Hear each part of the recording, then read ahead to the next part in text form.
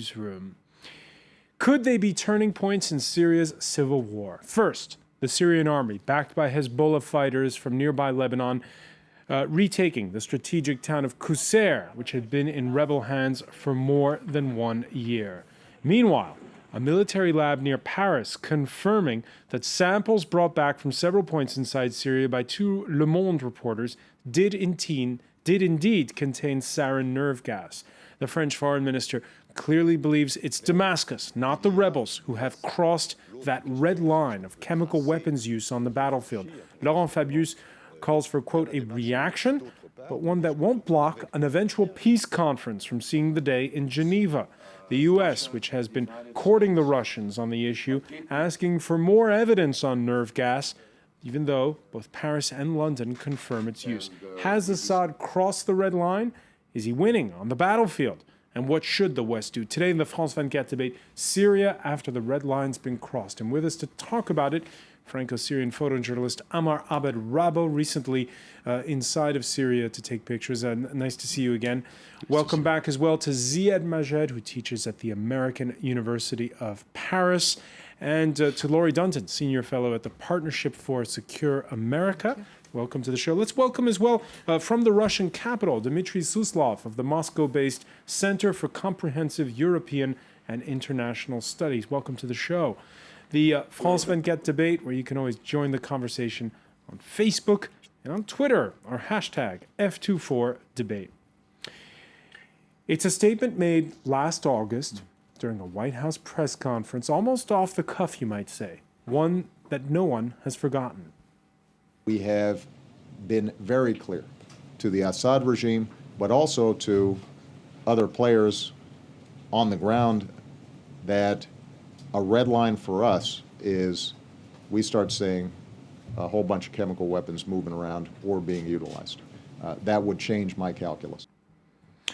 Well, this Wednesday, French daily Le Monde getting confirmation from a military lab south of Paris, the only laboratory of its kind in the country, that samples brought back in April by 2 of its reporters from the rebel-held side in Syria, one sample between the 12th and 14th of April on the outskirts of Damascus in Jobar, the other in Sarakib in Idlib province. So there you have those 2 samples that were definitely confirmed positive. Laurie Dunton, that red line, has it been crossed? President Obama's red line that he articulated last August, they've done a lot in the U.S. to further parse, I was pausing for the right word, I was parsing myself, to further parse what that significant amount of chemical weapons use would mean. How far does it have to be? How much does it have to be?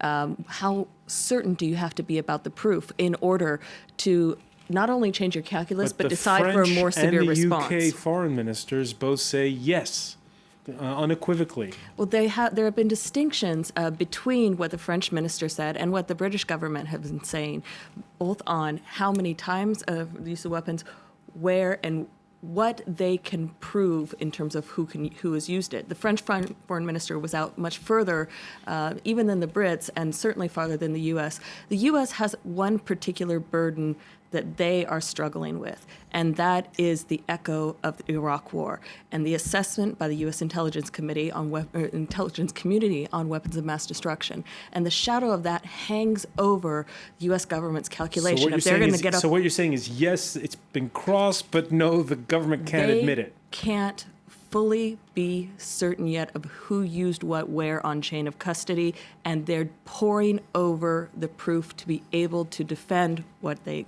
get to. Ziad Majed? Well, I think we should maybe say 2 things. One is that the line itself and the way it was, the statement was made by President Obama is a little bit problematic, in fact, because it might mean that if Assad continues massacring his people using airplanes, Scud ballistic missiles, knives, all kind of weapons, this is fine. But if he uses chemical weapon, or if anyone uses chemical weapon, then there is a problem. That I think by itself is an ethical problem, and it could have been much more courageous by the US administration to say that we are not going to intervene in the Middle East or in Syria because we cannot afford it, because it's not a priority, because we're not interested in the 100,000 Syrian being killed. This is something to be clarified. The second thing, we cannot say that it's unclear who used it, because I think any chemical weapon needs an infrastructure, needs a way to be kept, dealt with, treated, maintained, needs a know-how in order to use it. So I think the only actor in Syria capable of doing that is the Syrian army, that has a huge reserve of chemical weapons that it bought from Moscow, from Pyongyang, maybe from other actors. So it's not also difficult to know also that Jobar and Saraqib and Khan al-Assal and other places where there were rumors and accusations of these weapons used are all controlled by the opposition and bombed by the regime. So I think we have a clear case, but the problem is that the US administration and many other administrations around the world don't want to see that, or to intervene, or at least to be pushed to take a clear and courageous stance on it. So a clear case. The UK, by the way, coming out with its own evidence this Wednesday.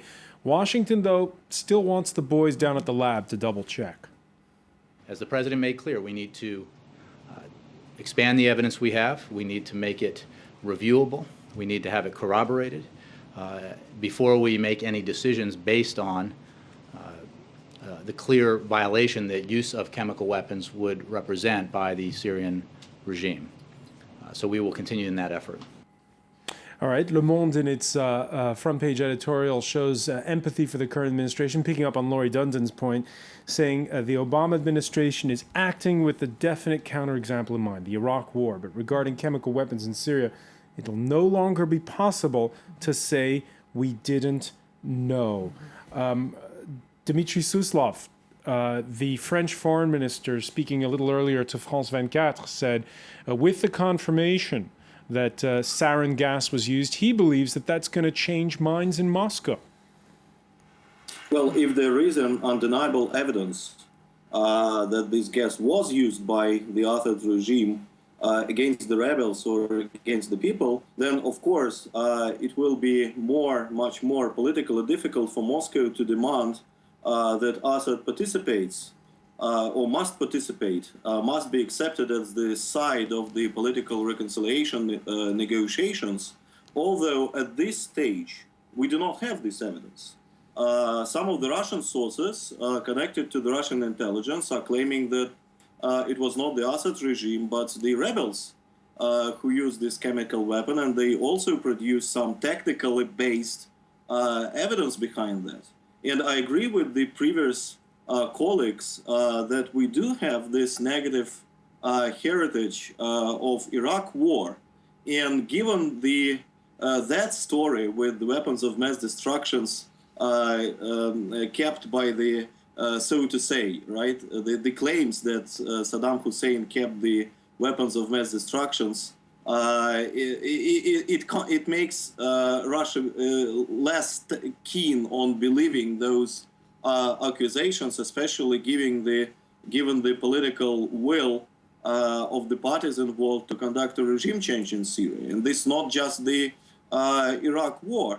There were several other cases when the international community, and Russia in particular, has been, let's say, cheated on the mass atrocities committed by this or that regime. Let's take the number of Albanians killed by Slobodan Milosevic in Kosovo.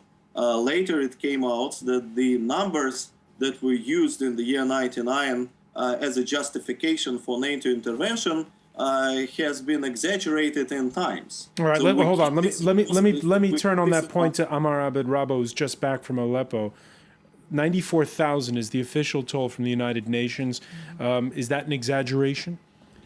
Honestly, I think it's much less than the real figures, because you have not to forget the detainees. There's maybe 150,000 detainees.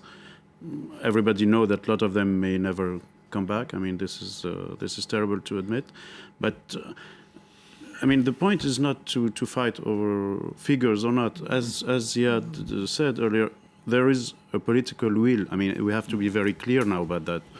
There's a political will not to support the Syrian people.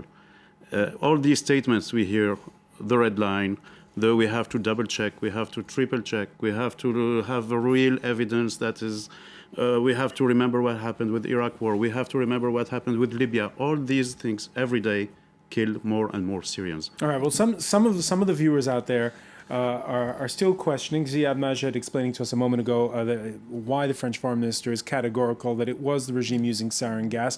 Ahmad, who tweeted us from Sokoto, said the question remains who actually crossed the red line.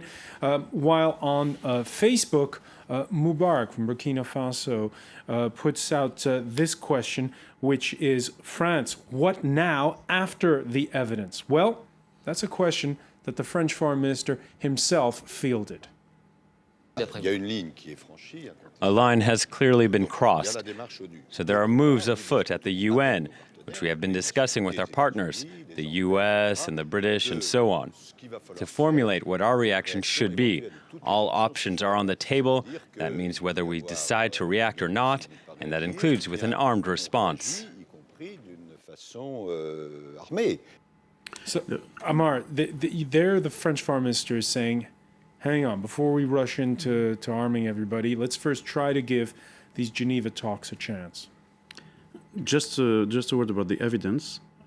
People who work on this file know there have been very clear evidence since December, maybe. So it's already 7 months. So now it's a bit more in the media, it's a bit more clear, etc. But if you want evidence, there are evidence.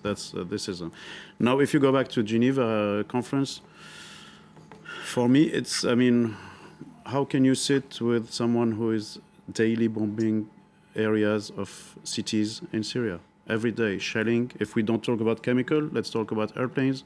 If we don't talk about airplanes, let's talk about tanks. That's what any peace conference is about. That's what the Paris Peace Conference that ended the Vietnam War is about. Usually there's a ceasefire, or there's something just before, or you don't go to sit. I mean, there is a will. You could release journalists. You could release opinion prisoners. You could release. I mean, there are little gestures like this that we would love to see coming from Damascus. And until now, we've seen none of these.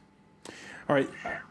I want to just get back to the point of, we were talking about, address the point that you were making, Ziad Majed, about the fact that you fear that there's doublespeak if you just wait for there to be hard proof of chemical weapons as opposed to the use of conventional weapons.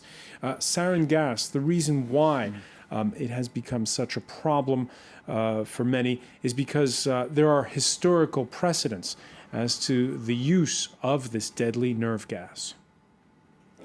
This is one of the few pictures of a chemical weapon.